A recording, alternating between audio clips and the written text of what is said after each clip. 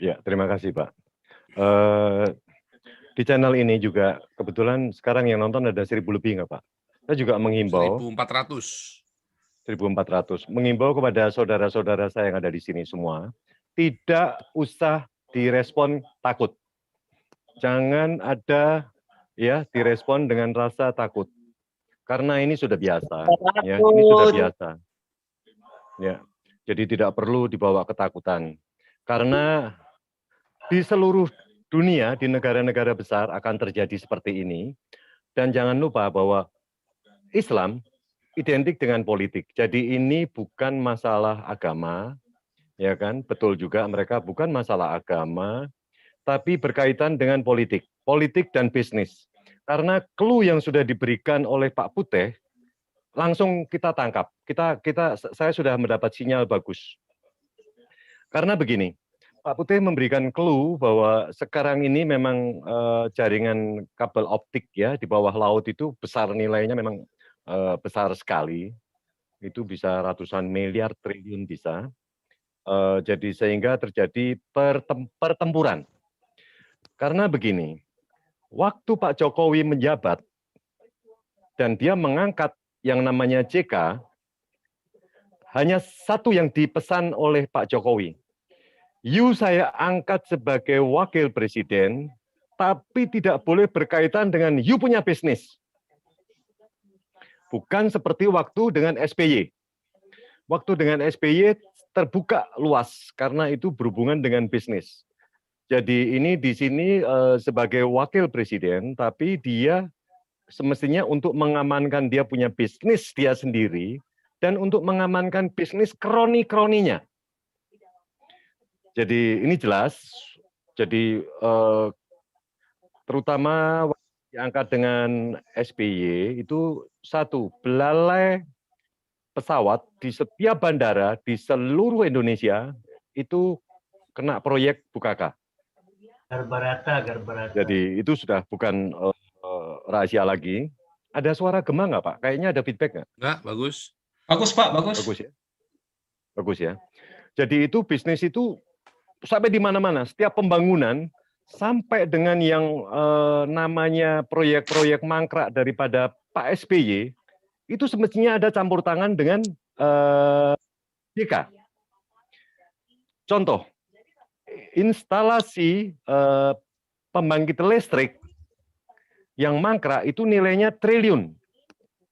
Itu proyek itu kena JK, tapi berhenti di tengah jalan.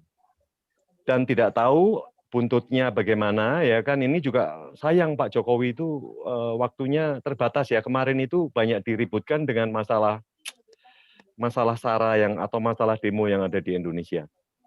Semestinya itu sudah kena semua, karena begini, sekarang sudah terbongkar bahwa dia keponakannya si JK, yang namanya Sadikin Aksa itu, sekarang sudah ditersangkakan oleh Mabes Polri, Bareskrim. Karena apa? Dia terlambat melakukan pembayaran dengan bank yang ada sindikasi bank-bank nasional di Indonesia. Dan nilainya sampai mencapai 7 triliun lebih. Plus hutang dia di luar negeri itu ada sekitar 5 triliun. Jadi maaf kalau saya tidak menjelaskan, tidak menggunakan data, tapi data ini bisa dilihat dimanapun juga karena ini sudah bukan rahasia. Kenapa di waktu itu begitu besar-besaran si Boswa yang berkaitan dengan JK dibesarkan? Karena apa? JK sudah membaca proyek daripada Pak Jokowi. Dengan proyek infrastruktur yang masif, itu luar biasa Pak. Yang berkaitan dengan pembangunan dari semen, batu split, ya kan, besi, aspal, itu mengerikan sekali. Itu mengerikan sekali, proyek itu puluhan triliun, saya rasa juga ini puluhan triliun atau mungkin ratusan triliun. Jadi proyek itu berjalan, tapi sayangnya JK tidak diberikan proyek Pak. JK tidak boleh masuk di dalam hal pensuplai semen. Akibatnya dia tidak bisa membayar ke bank. Karena proyek satu-satunya yang paling besar adalah proyek pemerintah. Semua pejabat-pejabat ini Dia kalau melakukan proyek pemerintah, itu luar biasa keuntungannya. Jadi begitu di-stop oleh Pak Jokowi cukup tegas. Kita lihat Pak Jokowi kayaknya biasa-biasa tapi penuh dengan ketegasan. Habis itu proyek-proyek yang dulunya disubkan, ya kan, semua proyek yang dijual disubkan, semua ditarik dan dikerjakan oleh BUMN. Begitu dikerjakan oleh BUMN, semua ini kontraktor-kontraktor ini semua pada menangis, Pak. Menangis semuanya. Nangis darah mereka. Satu, dia juga sudah melobi anggota dewan, ya kan, dia sudah melobi kepala daerah, tapi ternyata proyek itu diberhentikan semua, ditarik oleh BUMN dan dikerjakan oleh BUMN. Berarti otoritas penuh kepada BUMN. Dia mau menunjuk supplier siapa saja itu adalah otoritas daripada BUMN. Kita tarik lagi benang merah, JK. Mengapa JK kok selalu dijadikan wakil? Karena kembali lagi kepada Pak Paul yang sudah diulas Pak Paul berulang kali, gigolo, ya kan? Gigolo ini semua di bawah Pak JK.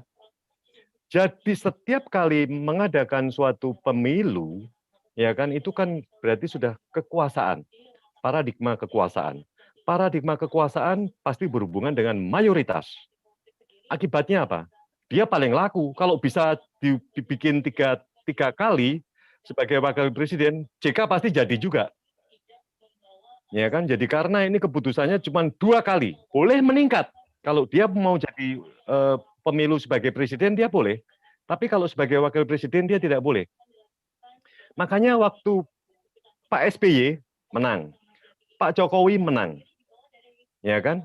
Tapi karena sudah 2 kali stop diganti dengan Pak Ma'ruf Amin sehingga ada Menko Polhukam kecewa. Tapi itu nggak apa-apa karena sudah mendapat jabatan sebagai Menko Polhukam. Akibatnya apa? Terjadi perang dingin. Perang dingin antara JK dengan Pak Jokowi sampai detik ini. Sampai detik ini.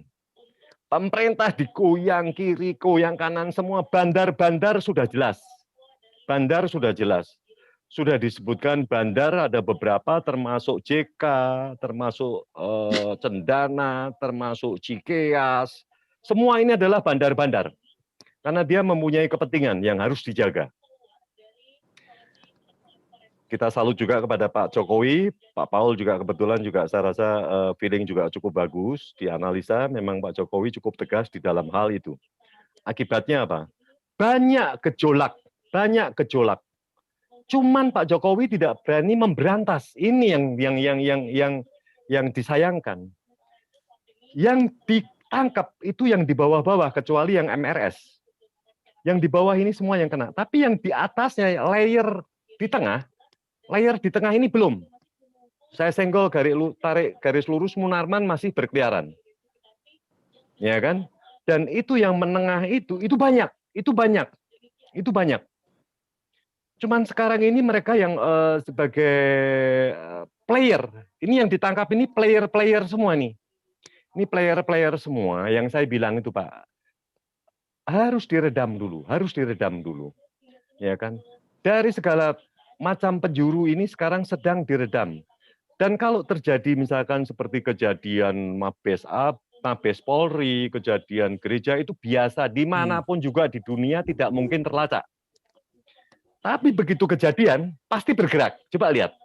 Begitu ada kejadian, ada bergerak sekitar 1 minggu, itu pasti ada banyak yang ditangkap. Jadi kemarin dengan silent operation yang dilakukan oleh Pak Listio, dan kebetulan Densusnya saya angkat topi dengan Kadensus 88, Pak Matius Hukom. Pak Matius Hukom ini dari Ambon, keren, gagah, ganteng, ya kan? Dan dia dulu jabatannya wakil. Dia bermain dengan silent operation. Jadi makanya kalau sepertinya tidak ada apa-apa, tapi ditangkap di mana, ada 10, ditangkap 5, itu semua pergerakan daripada Pak Matius Hukom. Tapi yang namanya gejolak, Pak, ini masih terus ini. Semoga sebelum selesai Pak Jokowi selama 3 tahun ini, itu bisa ada yang ditangkap. ya kan? Supaya memberikan legacy untuk pemerintahan yang berikutnya itu lebih mudah. Mengapa saya bilang tadi, yang tadi saya sudah utarakan banyak kan masalah JK kan. Jadi bandar-bandar ini sudah termonitor, termasuk dana-dana FPI yang kemarin tidak pernah dibuka kan, tidak pernah dibuka oleh umum kan. Tapi itu banyak Pak, yang didiamkan atau diredam atau dibikin dikip oleh PPATK itu supaya tidak diutarakan, karena kalau diutarakan, tapi itu sudah merupakan buat mereka kalangan-kalangan atas sudah tahu itu berbahaya. Karena selain oleh si bandar-bandar daerah, Pak, bandar-bandar maksudnya nasional, itu ada bandar dari luar negeri. Kalau Pak Paul bisa buka yang namanya Trinidad Mobagu ya, apa itu namanya, Mobagu, Maldives, termasuk Jerman tempat Pak Paul, itu yang mensuplai kegiatan FPI. Maldives, ya kan, Mobagu, Malaysia, Jerman, Venezuela. Tapi mereka itu yang mensuplai adalah bos-bos yang memang dia adalah radikal. Bisnisnya bagus. Dia yang mensuplai kegiatan FPI yang ada di Indonesia. Karena harapan mereka yang mayoritas ini yang jumlahnya begitu besar di Indonesia, sekarang kaum radikalis dunia itu banyak mengarahkan mata pandangan ke Indonesia. Makanya saya salut dengan Pak Matius. Pak Matius pekerjaannya semakin banyak, ya kan. Jadi ini terus ditanggulangin karena semakin berkembang karena duitnya banyak. Duit sudah mengucur banyak. Semoga bandar-bandar ini bisa diredam. Saya tidak tahu pemerintah itu meredamnya gimana karena ini sudah levelnya udah level atas. Itu. Semoga Pak Jokowi kita doakan selalu diberikan roh keberanian untuk melakukan istilahnya menumpas supaya ke depan anak-anak cucu kita dia bisa hidup tanpa ada rasa ketakutan dan mendapatkan damai sejahtera. Terima kasih Pak Paul. Ya, ini lihat di layar Anda, deretan nama diduga pemasok dana rekening FPI, Cendana, SBY, JK hingga Gatot. Ya, jadi termasuk si ini apa namanya bosnya Gatot. Ya, bosnya Gatot siapa? Oh. PW. Oh, nah ini. Tommy Winata. Ya, ini lihat ya ini ya. Ini dari ini memang linknya ya, saya nggak tahu nih ya linknya ini link jelas apa enggak. Tapi tolong dicek ya teman-teman, nanti bisa ngecek lagi ya. Karena kita bukan link yang biasa ini, tapi dia tulis pengamat politik sekaligus dosen UI Ade Armando ikut membicarakan terkait sosok yang diduga sebagai pemasok dana.